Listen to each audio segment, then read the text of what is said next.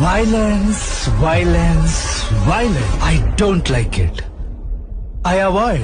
But violence likes me. I can't avoid.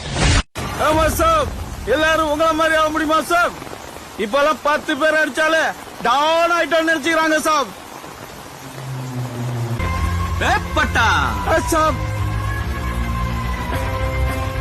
யாரோ 10 பேர் அடிச்சு டவுன் ஆனவன் இல்லடா நானு. நான் அடிச்ச 10 பேரும் டவுனுங்க தான்.